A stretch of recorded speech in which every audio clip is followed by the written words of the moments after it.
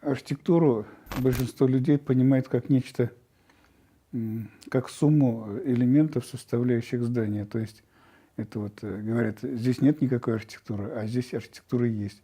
И подразумевают под этим количество колонн, наличников, окон, там, ступенек и так далее. Хотя на самом деле архитектура – это совершенно другое. Это с профессиональной точки зрения, да и по сути тоже, это умение организовать пространство, комфортное для существования человека, оформив его в виде каких-то эстетических, значит, оформленных сооружений, уже приспособленных под те нужды, для которых это все и предназначено.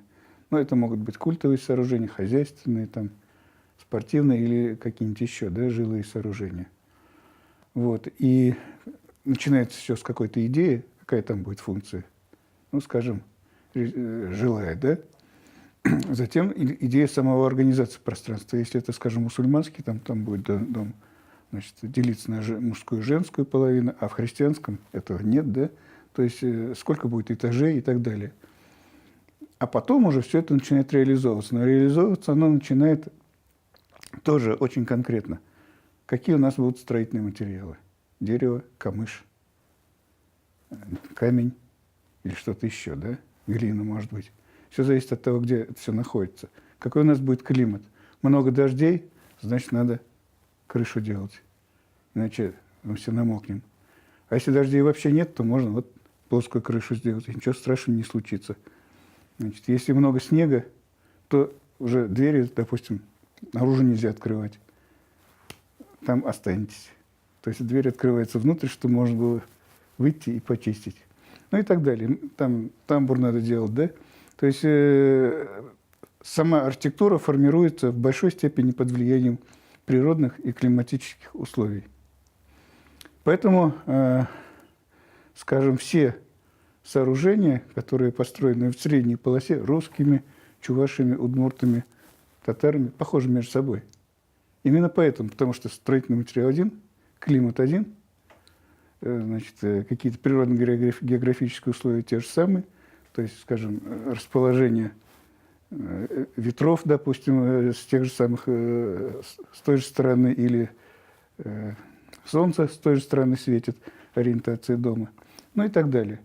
А дальше идет уже национальное различие, то есть, в принципе, оформление дома, изнутри планировочное и так далее.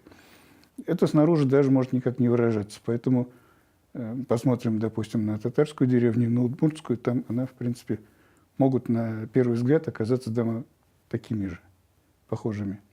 Что многих в заблуждение и вводит. Говорят, ничего тут национального нет, я не вижу, да?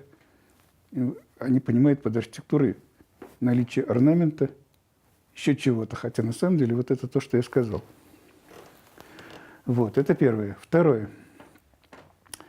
Очень многие путают между собой народное зодчество и профессиональную архитектуру. Это две совершенно разные области, которые отличаются между собой кардинально. Ну, как я уже говорил, как человек и обезьяна. То есть одна из них – это чисто прагматическая сфера деятельности человека, направленная на удовлетворение его самых насущных потребностей. Это надо построить мост, надо построить мельницу, надо построить мечеть, дом, еще что-то, амбар, да, вот все. Ну и оформить. Там появляются какие-то свои профессионалы, какие-то строительные бригады, которые ездят, все это делают, и, казалось бы, появляется архитектура, потому что ее делают профессионалы. На самом деле архитектура – это нечто другое. Это область государственной культуры, в которой входит понятие истории архитектуры, теории архитектуры, значит, типового строительства, спортивных сооружений, представительских сооружений, градостроительной планировки, ну и так далее. То есть много чего. Скажем, такое здание, как, скажем, Московский университет, не может построить народ. Или метро. Никак. Это только государство может сделать. То же самое касается, скажем, пирамиды, как представительского или там, культового религиозного сооружения, которое народ просто не будет строить. Зачем это ему?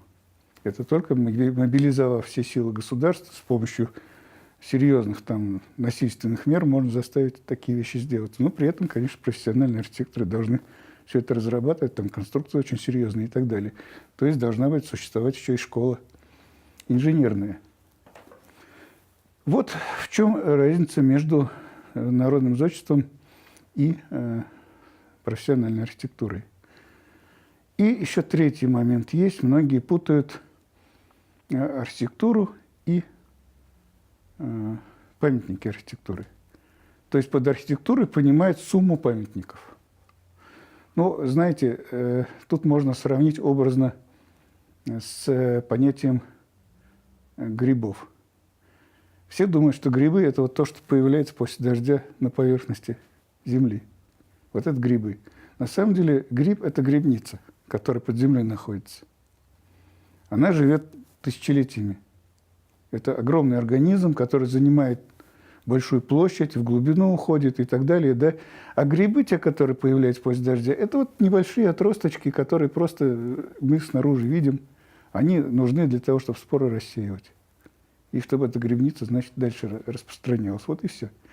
И то же самое касается и памятников архитектуры. Памятник архитектуры – это всего лишь внешнее проявление общего явления архитектуры как культуры, как определенного явления культуры. То есть, допустим, не всегда появляется памятник в результате каких-то мысленных конструкций. Очень часто проектная деятельность так и остается проектной, но она двигает вперед эту область культуры. И конкретные памятники могут и не возникнуть, когда возникает теория, ну, скажем, конструктивизм. Вот он очень много теоретических положений дал в начале 20-х годов. Но самих сооружений не так уж много осталось. Но они серьезно двинули вперед науку архитектурную, на базе которой в дальнейшее развитие советской архитектуры уже произошло как бы скачкообразно. Вот. Памятники архитектуры – это тоже вот такие вот грибочки, которые вылезли там, но это чисто внешние проявления. И нельзя вот сказать, что сумма сооружений – это архитектура. Это всего лишь внешние проявления культурного явления, так же, как, скажем, музыкальное произведение. То есть, допустим, музыка как явление – это не сумма музыкальных произведений. Это культурное явление.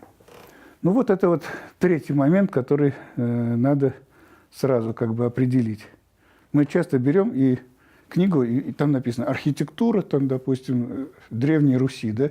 И вот такая церковь была, такая церковь была, такая церковь была. Это не архитектура. Это памятники архитектуры, которые иллюстрируют явление архитектуры. Об самой архитектуре, может, даже ничего не сказано. То есть писал человек, который не видел разницы между этими вещами.